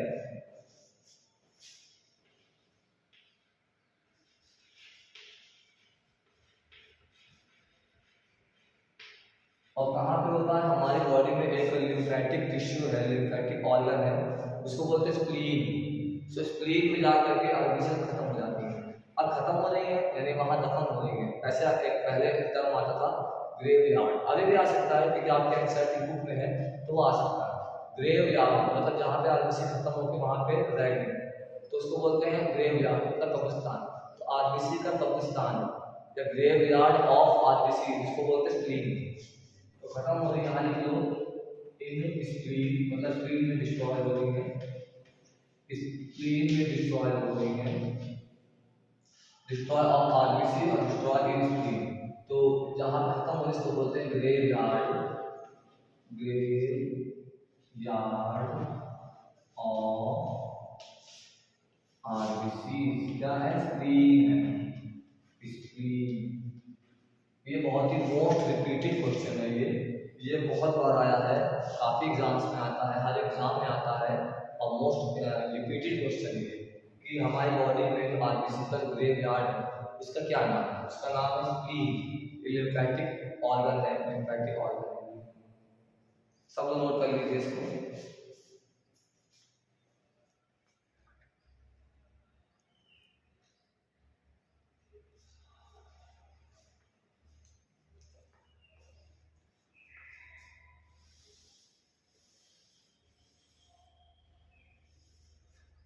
ठीक है, अब इसमें एक चीज रह गई है, अब इसमें आरबीसी जो हमारी है ना, इसमें भी दो फॉर्मेशन है, एक इमेच्योर है, एक मैच्योर है। यानी हमारी आरबीसी है, ये जब बनना शुरू होती है मैच्योर होती है, बाद में ये हमारी मैच्योर हो जाती है, ठीक है। तो जो हमारी आरबीसी इमेच्योर होती है वो कैसी होती है? मैच्योर भी होती है। आरबीसी जो हमारी है टू टाइप्स में हो जाती है, मतलब इसकी बनने की तैयार होती है। ये दो है, first immature and mature. Immature वाले का जो शेप होता है वो होता है ओवल, ओवल होता है, ध्यान रखिए हमने शेप ओवल, और इसमें न्यूक्लियस होता है। आप कहोगे न्यूक्लियस होता है, इसका मतलब क्या है? देखो न्यूक्लियस जहाँ पे होगा वहीं पे क्रोमोसोम बनेगा, तो इसमें क्रोमोसोम बिल्कुल इमेच्योर वाले बन जाता है, क्रोमोसोम बनता है, ठीक है। क्रोमोसोम नंबर 1 2 3 4 ऐसे 23 क्रोमोसोम्स हैं, तो सारे क्रोमोसोम्स न्यूक्लियस में बन जाते हैं, ठीक है। तो ये हमारा, अगर आप पूछेंगे कि मैच्योर इमेच्योर में डिफरेंस क्या है, तो हम कहेंगे मैच्योर न्यूक्लियस है, इमेच्योर में न्यूक्लियस नहीं है, और शेप चेंज हो जाता है। यहाँ पे शेप इसका बाइकॉन्केव हो जाता है मैच्योर में, क्योंकि आजकल एग्जाम में जो क्वेश्चन आते हैं नीट में वो स्टेटमेंट वाइज आते हैं। स्टेटमेंट वाइज मतलब कि हम ऐसे पूछेंगे shape of RBCs in by, shape of RBCs are biconcave in mature state, shape of RBCs are oval in immature shape. कौन सा स्टेटमेंट सही है, कौन सा गलत है ना? Nucleus is present in mature और nucleus is present in immature RBC. तो अगर आपका कॉन्सेप्ट क्लियर है ना, कॉन्सेप्ट आपका क्रिस्टल क्लियर होना चाहिए, और आपका कॉन्सेप्ट क्लियर है तो आपको स्टेटमेंट वाइज क्वेश्चन ज़्यादा प्रॉब्लम आपको नहीं फील होगा। तो बेटर ये है कि आप अच्छा नोट्स बनाइए, जैसे मैं बता रहा हूँ, साफ साफ नीट एंड क्लीन। आपको एक बार जो देखना है, एक बार देखा आपको रिवाइज हो गया। अब एग्जाम में कोई डर कोई झंझट, फेयर खत्म, सब खत्म, फेयर सारा नर्वसनेस सब उड़न छू। अब बस आपको जल्दी से एग्जाम देना है और बढ़िया मार्क्स अटेंड करते हैं और ऑब्टेन करते हैं। बाई वन एंड न्यूक्लियस हमारा अब्सेंट हो गया है, तो nucleus absent.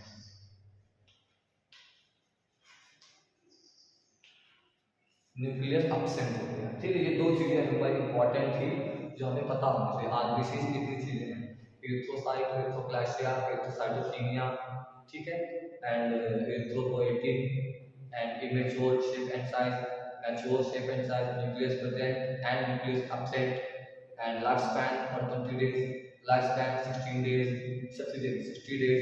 So these are the things which are most important for the exam। अभी हम थोड़ा सा और आगे बढ़ेंगे, थोड़ा सा भी आगे बढ़ेंगे कि चैप्टर का नाम क्या है, ब्लड फ्लूइड एंड सर्कुलेशन। सो अभी सर्कुलेशन वाला पार्ट हमारा बाकी है, ये हमारा इतना है। जल्दी से आपको देखो, फिर आगे बढ़ते हैं।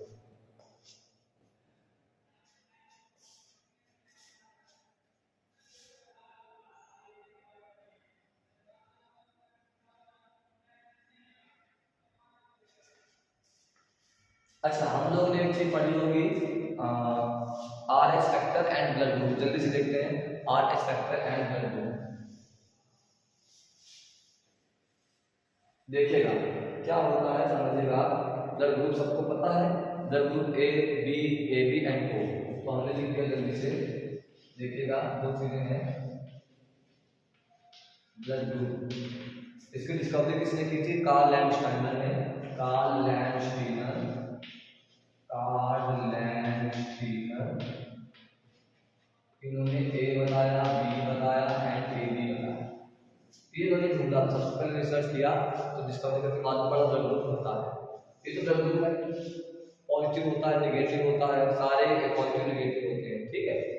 इसमें जो हमारा ब्लड ग्रुप ओ है, ओ नेगेटिव, ओ नेगेटिव, ये हमारा यूनिवर्सल डोनर है। डोनर मतलब देने वाला, यूनिवर्सल डोनर, जो हम सबको दे सकते हैं, कोई भी आ जाए हम सबको दे सकते हैं, डोनर है। याद कैसे होगा भाई? आप कहोगे याद कैसे करें? कुछ नहीं करना है आपको, ये ओ एंड ओ, और हम दे रहे हैं तो मेरे पास कम हो रहा है, कम हो रहा मतलब माइनस हो रहा है। सिंपल है, कुछ नहीं है, कुछ आपको सोचना ही नहीं। देखो आप लिखोगे आप यूनिवर्सल रेसिपिएंट, अब यूनिवर्सल रेसिपिएंट में कहीं ओ आ रहा है? नो, स्पेलिंग्स में नहीं आ रहा है। So donor O and there is O and there is negative. अच्छा, अब रेसिपिएंट हमारा ए बी प्लस है, साइन उल्टा है, ए बी प्लस है। यूनिवर्सल रेसिपिएंट मतलब सबसे ले सकते हैं। अब ले रहे हैं तो आपके पास ऐड हो रहा है, ऐड हो रहा मतलब प्लस हो रहा, प्लस मतलब पॉजिटिव। ठीक, सबको हम दे सकते हैं और सबसे ले सकते हैं। वी कैन मतलब अगर we are universal donor, donor है सो वो नेगेटिव हम है। अगर आप सबको, अगर आप सबको दे सकते हो तो आप ओ नेगेटिव, अगर आप सबसे ले सकते हो तो आप ए बी पॉजिटिव। क्लियर?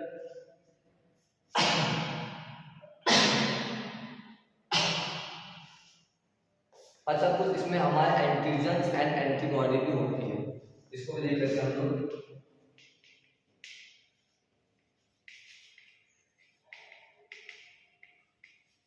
देखिए एंटीबॉडी तभी बनेगी, उसी चीज की बनेगी जो आपके पास नहीं है, समझिएगा। जो आपके पास नहीं है उसकी एंटीबॉडी बनेगी, जो आपके पास है उसकी एंटीबॉडी कभी नहीं बनेगी, उसका एंटीजन बनेगा। जैसे आप एक पर्सन है, यहाँ एक पर्सन है, ठीक है, यहाँ एक पर्सन है, जब उसका ब्लड ग्रुप ए होगा तो उसके पास एंटीजन ए ही होगी, एंटीबॉडी अब क्या नहीं है उसके पास, बी नहीं है। सिंपल, जो नहीं है उसकी एंटीबॉडी बनेगी। जब यहाँ बी है तो यहाँ बी होगा, यहाँ ए हो जाएगा। ए बी में क्या होगा, दोनों होती है, एंटीजन दोनों होगा, एंटीबॉडी एंटीबॉडी नहीं होगी। ठीक है, ओ में यहाँ पे नहीं होगा, यहाँ बी सिंपल है। तो ये आपका इनवर्स है, ये आपका इनवर्स है, ये आपका बिल्कुल इनवर्स है, कुछ याद नहीं करना। आप सोचोगे हमने ये स्मॉल में क्यों लिखा है ना, आप सोचोगे मैंने ए पॉजिटिव ए कैपिटल एक स्मॉल लिखा है। जब हम आगे पढ़ेंगे हेट्रोजाइगस एंड होमोजाइगस एलील, जब हम एलील पढ़ेंगे तो एलील में हम लोग ऐसे लिखेंगे, ठीक है, कि किसमें क्या है, मतलब रिसेसिव कौन सा है, डोमिनेंट कौन सा है, एलील कौन सा है। यानी कि जो हमारा जो आने वाला बेबी है, जो जिसका ब्लड ग्रुप अभी क्लियर नहीं है, माँ के अंदर है, प्लेसेंटा में है, अम्बिलिकल कॉर्ड से अभी कनेक्टेड है, प्लेसेंटा में है, मदर के मुंह में है, जो हमारा अभी फीटस तैयार होगा। आप जानते हो जो माँ के अंदर फीटस है ना, उस फीटस में क्या ब्लड ग्रुप होगा, तो कौन सा एलील उसको मिल रहा है, वहाँ पे हम लोग ऐसे लिखेंगे। बहुत इंटरेस्टिंग चैप्टर है, बहुत बेहतरीन चैप्टर है, आप थोड़ा हमेशा जुड़े रहिएगा। ये चीज ठीक है, इसको आप जल्दी से देखो, तो इसको रेस करें फिर आगे बढ़ें।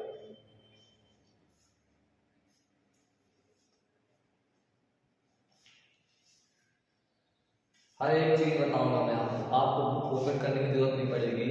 आप बुक आपके पास है, बहुत अच्छी बात है, बुक से भी आप पढ़ते हैं, no problem, doesn't matter. But अगर आपके पास बुक आप पढ़ने का मूड नहीं है, बुक नहीं पढ़ना चाह रहे हो, बुक अभी किसी को दे दी है, ठीक है ना, तब भी कोई दिक्कत नहीं, आप वीडियो लेक्चर देखेंगे ना, आपको बुक का सारा मैटर मिलेगा, इजी वे में मिलेगा, इजी लैंग्वेज मिलेगा। आप इसको बार बार भी देख सकते हो, है ना, रिपीट देख सकते हो, मल्टीप्लाई फॉर्म में देख सकते हो, है ना, 2 times 1.5 times more, 2 times more, ऐसे हम लोग वीडियो क्वालिटी देखते हैं ना, वो भी आप देख सकते हो, जैसा आपको सुटेबल लगे, जैसा आपको अंडरस्टैंडेबल हो जाए।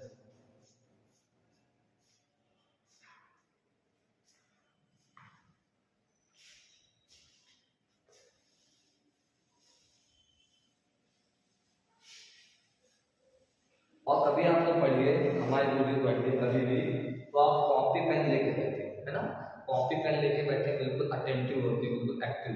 देखिए कहते हैं कुछ पाना है तो कुछ होना पड़ेगा। आप अभी जो टाइम वेस्ट कर रहे हो, इन्वेस्ट कर रहे हो, वेस्ट नहीं कर रहे हो, टाइम इन्वेस्ट कर रहे हो। एक टाइम वेस्ट करते हैं हम लोग, स्पोर्ट्स में जाते हैं, टीवी देखते हैं, मूवी देखते हैं, सॉन्ग देखते हैं, वो हम लोग टाइम वेस्ट करते हैं।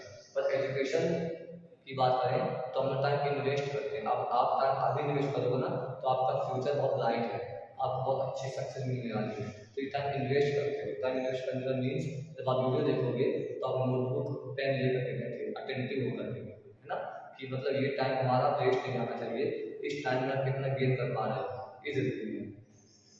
देखिए हम लोग पढ़ेंगे ब्लड सर्कुलेशन, मतलब सर्कुलेशन आप समझते हो ना, सर्कल मतलब क्या होता है, एक चीज जहाँ चली वापस नहीं आती, सर्कल बन गया। यानी ब्लड से यहाँ दौड़ना शुरू किया, ऐसे गया पूरी बॉडी में यूं आया और वापस जाके फिर से आ गया, और फिर दौड़ा, फिर आया वापस आके फिर आ गया, सर्कल बन गया। सर्कुलेशन से ब्लड सर्कुलेशन, ठीक है, देखिए ध्यान से।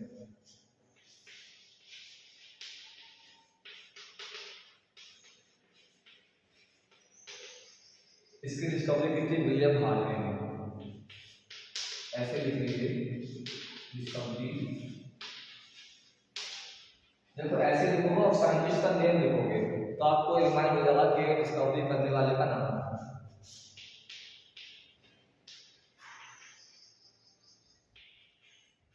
दो तरह का होता है, एक होता है हमारा सिंगल एक डबल, एक होता है सिंगल एक होता है double. Single blood circulation and double blood. इसका मतलब क्या हुआ, यानी हमारे एक बीट होने से पहले, एक पहला बीट होने से पहले जो हमारा ब्लड दौड़ रहा है ना वो एक बार हो रहा है, मतलब एक बार जा करके वापस जब आता है, जैसे वापस आया पहली बार एक बार, तो वो एक बार हार्ट बीट हो गया। और अगर एक बार ब्लड में चक्कर लगाया और फिर दोबारा चक्कर लगाया और दोबारा चक्कर लगाने फिर हार्ट बीट हुआ, मतलब दो बार। ठीक है, तो बिफोर वन पंपिंग और before one time, before one beat. ठीक है,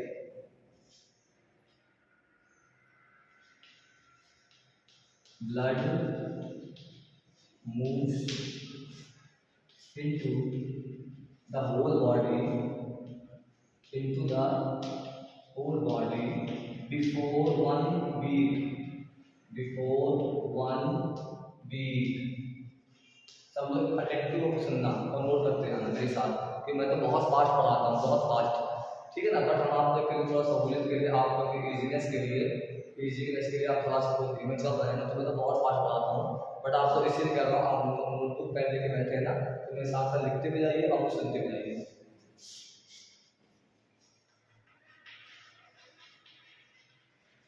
Blood moves into the body,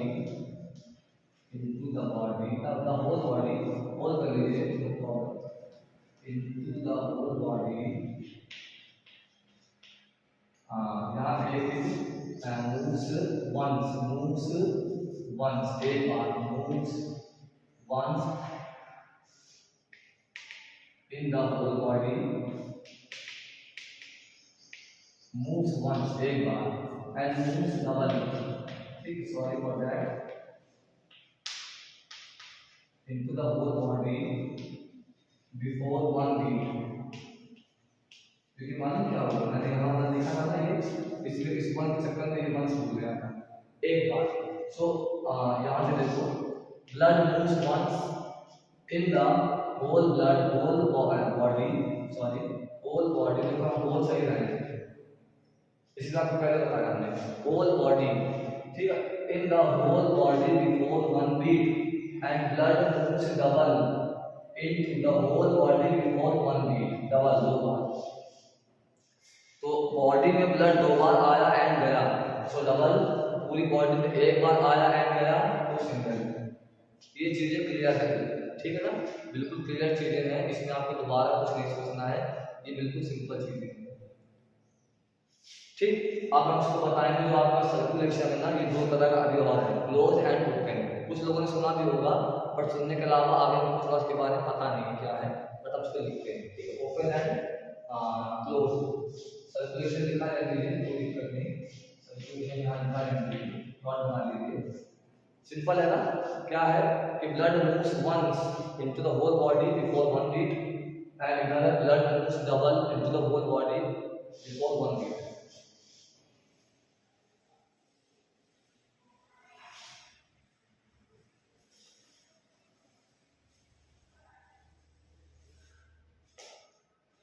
अब है close and open, open and close. इसका मतलब क्या है, देखिए हम लोग सभी की बॉडी में वेन्स होती है, हम लोग की भी होती है, बाकी एनिमल्स की होती है। अब वेन्स है, जब हमारा ब्लड वेन्स से बाहर निकल के बॉडी में आ जाता है, ठीक है, वेन्स से बाहर निकल के बॉडी में आ गया, इसका मतलब ओपन है। और जिसमें वेन्स से बाहर निकल के बाकी आर्टरीज में नहीं गया, वेन्स से बाहर नहीं गया, वो वेन्स से हार्ट में ही आपके अंदर है, मतलब जो प्योर इम्प्योर का जो प्रोसेस है, ब्लड जो हमारा प्योर इम्प्योर होगा वो हार्ट के अंदर ही होना है, सो वो हमारा क्लोज है। बट जब वेन्स के थ्रू आपका मतलब हार्ट से निकल के बिना आपका प्योर इम्प्योर प्रोसेस के लिए बगैर यूरिन से बाहर निकल के जा रहा है, उसको बोलते हैं ओपन। क्लियर?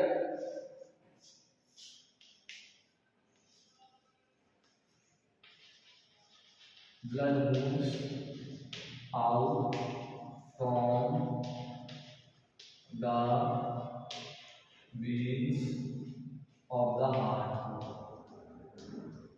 यहाँ ऐसा होता है, यहाँ ऐसा नहीं होता है, सिंपल। यहाँ पे ऐसा होता है, यहाँ पे ऐसा नहीं होता है। अब क्लोज किसके अंदर है? क्लोज हम लोग में है यानी मैमल्स में है, मैमल्स में एंड एनालिड्स में, एनालिडा। ठीक है, मैमल्स एंड एनालिडा। एक काम और किया, पहले एनालिडा लिखिए। ऐसा क्यों, ऐसा क्यों लिखा हमने? क्योंकि फर्स्ट टाइम, अब यहाँ का अच्छा क्वेश्चन बनता है, लेवल क्वेश्चन बनता है लेवल का, कि फर्स्ट टाइम क्लोज सर्कुलेशन कहाँ देखा गया? तो एनालिडा में देखा गया। यहाँ कैसे बता दीजिए, यहाँ लिख लीजिए first time, first time in the animal kingdom, in the animal. वैसे भी मैमल से पहले एनिमल आ चुके थे, क्रस्टेशियस पीरियड। अभी हम लोग पीरियड पढ़ेंगे, कार्बोनिफेरस है ना, प्लेटोइक, मेसोजोइक, और बहुत सारे हम लोग इसमें पढ़ने वाले हैं। जब आगे पढ़ेंगे रेप्टाइल्स आए, फिशेस आए, एम्फीबियंस आए, बर्ड्स आए, एलीज आए, सेलर्स आते हैं इस दुनिया में।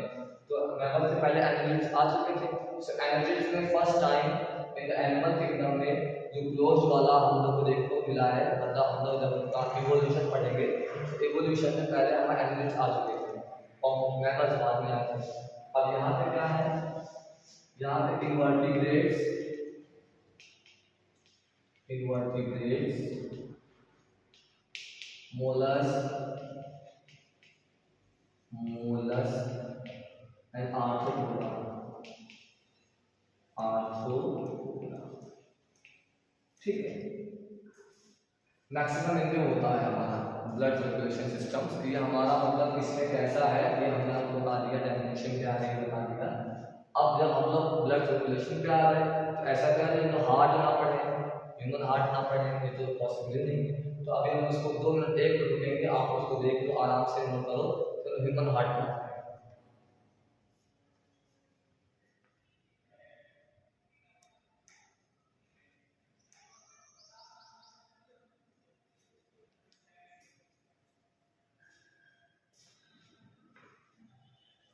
ठीक है, हम इसको इरेज कर रहे हैं। आई होप आपको समझ में आ गया होगा, नहीं तो आप इसको स्टॉप करके पॉज करके आप इसको लिख भी सकते हो। ठीक है, मुझे जल्दी जल्दी खत्म करना है तो थोड़ा सा हम फास्ट जा रहे हैं, थोड़ा सा आप लोग भी इनकन्वीनियंट हो सकता आपको लगा, बट आप पॉज करके इसको नोट कर सकते हैं।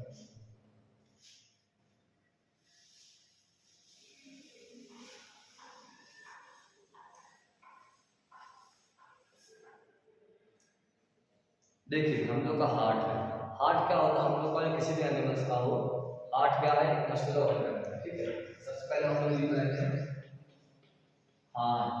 ठीक है, देखिए हार्ट सबको पता है मस्कुलर ऑर्गन है, किसी भी हार्ट में बोन तो होती नहीं है, हार्ट सबका मस्कुलर है। बट अभी हम सबसे पहले बताएंगे कि हमारे हार्ट में कुछ चैम्बर्स होते हैं। ठीक, पहले चैम्बर्स हम बताते हैं।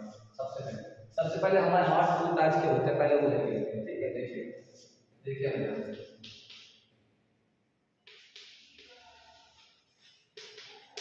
Heart is a muscular organ.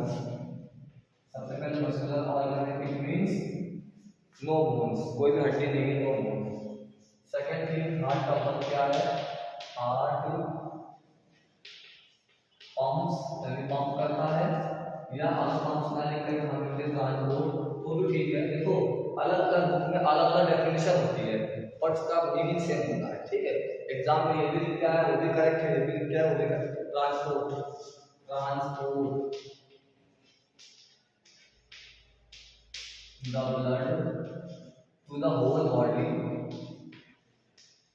to the whole body, and और क्या करता है? प्यूरिफाई करता है ना, प्यूरिफाई करता है, प्यूरिफाई द ब्लड। अब हम लोग पढ़ेंगे यहाँ पे हार्ट का टाइप, न्यूरोजेनिक एंड मायोजेनिक। देखिएगा ध्यान से,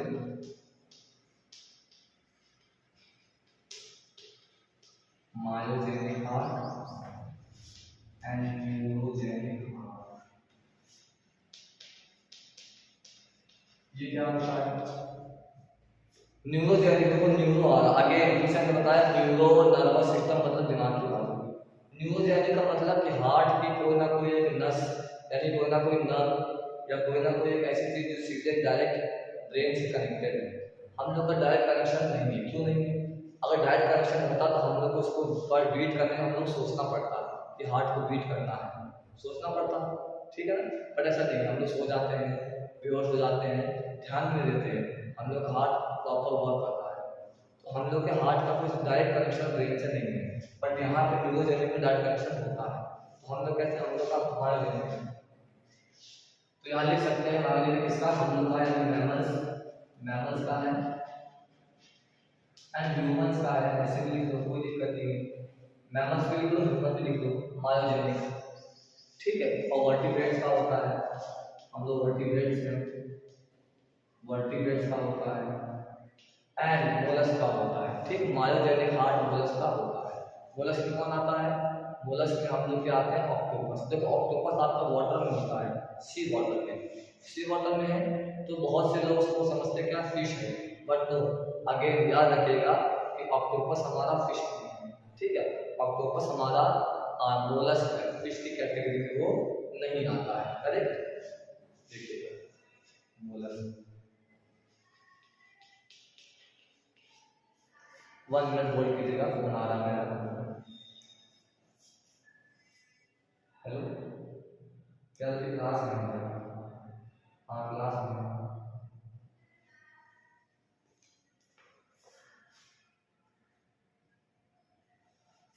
सो देखिएगा 1 मिनट।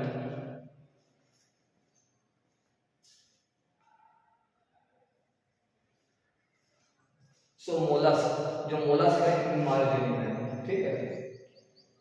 मोलस्क में हमारा मायोजेनिक। अब क्या क्या बच गया? एनालिड है ना, एनालिड यहाँ पे आ गया, इनवर्टिब्रेट्स यहाँ पे आ गए, इनवर्टिब्रेट्स, एनालिड्स, आर्थ्रोपोडा,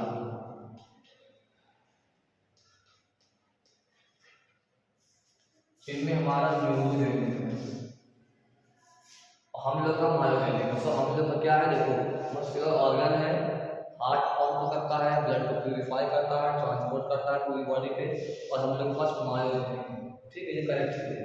हम लोग के पास इसके अलावा मोलस्क में है, वर्टिब्रेट्स में, सारी वर्टिब्रेट्स में, एंड ह्यूमन तो हम लोग नहीं। मैमल्स और कौन आता? वेल, वेल जो होती है बड़ी वाली। सो सबसे बड़ा हम लोग का अगर लार्जेस्ट मैमल्स बोले कौन सा है, तो वेल है। वेल फिश जो होती है, वेल, वो लार्जेस्ट मैमल है इस वर्ल्ड में, on the earth. The largest mammal on the earth is the well. Well का भी लगभग यही रहता है, ठीक है। सब लोग देखो इसको एक बार,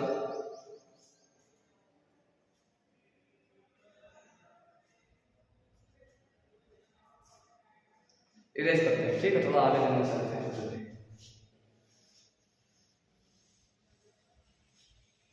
देखिए आपको अटेंटिव रहना है ना, नोटबुक और पेन लेके बैठे, बिल्कुल एक्टिव, खा के पी के आराम से। अगर शाम में तो आप चाय के चुस्के लेते हो पढ़िए, है ना। अगर थोड़ा दोपहर का टाइम है तो आप अपने साथ लंच रख लीजिए, लंच भी खाते रहिए, या लंच खत्म करने के बाद एनर्जी आ जाए आपकी बॉडी में, प्रोटीन्स, कार्बोहाइड्रेट्स, फैट, विटामिन, आप सब कुछ सब्स्टिट्यूट फूड ले लीजिए और फिर पढ़ना चालू कीजिए।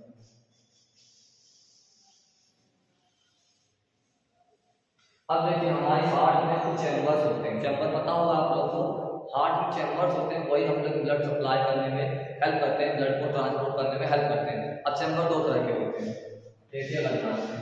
एक होते हैं हमारे नेसेसरी चैम्बर। नेसेसरी चैम्बर का मतलब जो सबकी बॉडी में, कोई भी लिविंग्स हो, कोई भी एनिमल हो, छोटा हो बड़ा हो, एम्फीबियन हो, फिश हो, रेप्टाइल हो, एबीज हो, सबके अंदर है। सबके अंदर है, वो नेसेसरी है, और सबके अंदर नहीं है वो एक्सेसरी है।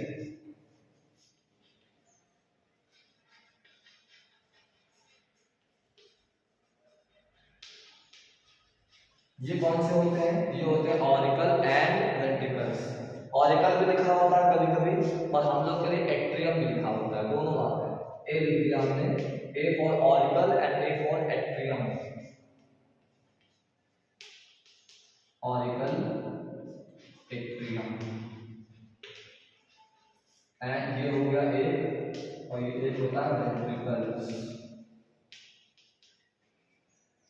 ये हमारा एक्सेसरी चैम्बर है, मतलब सॉरी नेसेसरी का मतलब सब में है, सबके लिए नेसेसरी। कोई भी एनिमल हो उसको आप देखा भी नहीं हो उसके अंदर भी होगा, ठीक है ना।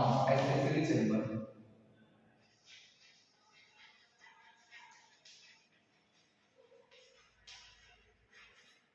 ये हम लोगों में नहीं है। अभी लिखते हैं इसको, इसका नाम लिखते हैं sinus venosus, sinus venosus and trunks arteriosus,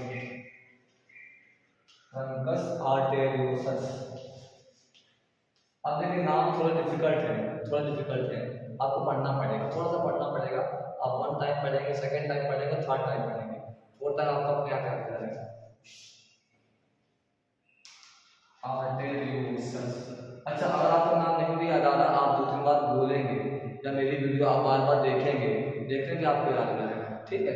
लेकिन अभी हम लोग बार बार इसको लिखेंगे तो शॉर्ट फॉर्म में लिखेंगे SBNTA। अब देखिए ध्यान से, अब बहुत ध्यान से लिखिएगा। ये एक्सेसरी चैम्बर है। अब ये कहाँ कहाँ पर है, कहाँ कहाँ पे नहीं है, किस एनिमल में है, किस एनिमल में। क्यों पढ़ रहे हैं हम लोग? क्योंकि एग्जाम में सीधे से रिलेटेड क्वेश्चन आ जाते हैं। ये बहुत रेलेवेंट चैप्टर है, relevant chapter for exam purpose. Exam के लिए हमारे एग्जाम के लिए बहुत इंपॉर्टेंट चैप्टर है। इससे क्वेश्चन जरूर आते हैं, एग्जाम में पूछे जाते हैं। और जब पूछे जाते हैं तो कई बार लोग नहीं पढ़े होते हैं, कंफ्यूज होते हैं। देखो, अगर आपने बिल्कुल पढ़ा ही नहीं है तो आपको चारों आंसर करेक्ट लगेंगे, बट आपको थोड़ा सा पढ़ा होगा तो आप एलिमिनेट कर लोगे। 4 ऑप्शन से आप आराम से एलिमिनेट कर लोगे और आप चांसेस क्या बढ़ जाएंगे कि आप राइट आंसर तक पहुंच जाओगे। अगर थोड़ा सा आपने पढ़ा होगा, आपके माइंड में थोड़ा सा होगा। देखिए फिशेज जो होती है, फिशेज इनमें वेल डेवलप्ड होते हैं, यानी फिश में होते हैं वेल डेवलप्ड, फिश में होता है। रेप्टाइल्स एंड एम्फीबियन, आपको पता होगा रेप्टाइल्स मतलब रेंगने वाले, क्रॉलिंग करने वाले रेप्टाइल्स जैसे स्नेक्स एंड लिजर्ड।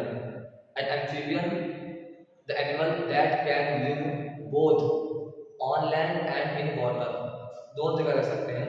लैंड पे भी आराम से रहते हैं, ब्रीदिंग कर सकते हैं, जो है अलाइव हो सकते हैं, एंड वाटर के अंदर जो ब्रीदिंग कर लेते हैं, जिंदा रहते हैं, दोनों जगह रहते हैं। Amphibians, so reptiles and amphibians होते हैं बट ये बहुत कम हो जाते हैं, मतलब बॉडी पे हल्के से बचते हैं, रहते हैं, खत्म नहीं होते हैं बट बहुत कम होते हैं। इसको हम ऐसे पहले बंद करते हैं, ये हमने fish reptiles and amphibians, reptiles and amphibians.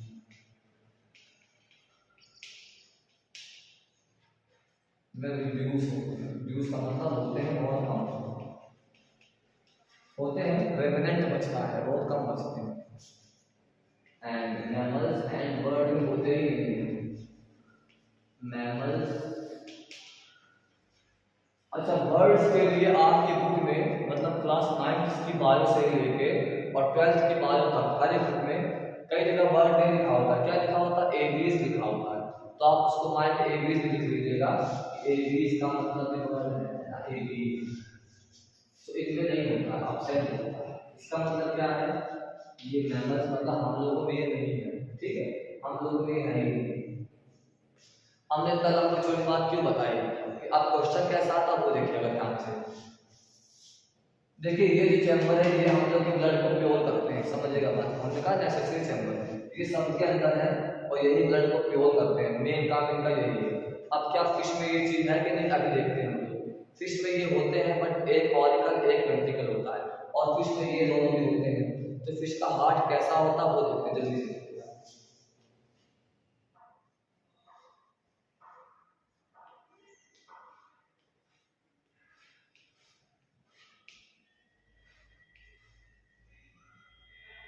कुछ ऐसा हार्ट होता है फिश का, यानी कि ट्यूबुलर, ट्यूब की साइज का होता है, इसको बोलते हैं ट्यूबुलर।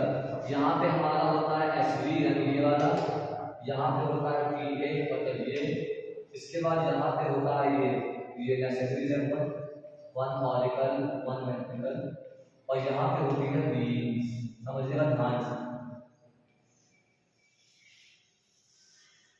यहाँ पे होती है वीन्स। अच्छा, वीन्स से हमेशा एक प्योर ब्लड आता है, वीन से इसको आप ये लिख लीजिएगा, इम्प्योर, हमेशा इम्प्योर ब्लड वीन से आता है। और फिर यहाँ से ब्लड निकल के यहाँ आ गया गिल्स। गिल्स क्या है? गिल्स हमारे फिश का एक बॉडी पार्ट है। अब बॉडी पार्ट पे कैसा ब्लड आया? इम्प्योर ब्लड आया। हमेशा इस तरीके से होता है, ब्लड यहाँ से आया और यहाँ निकल गया, यहाँ से आया और यहाँ निकल गया। तो फिश के पास दो नेसेसरी चैम्बर तो है, इसके बावजूद भी, इसके बाद भी आपके पास फिश में हमेशा इम्प्योर ब्लड आता है। तो हमेशा अगर आपसे कोई पूछे कि हमेशा इम्प्योर ब्लड किसके पास होता है, तो फिश के पास होता है।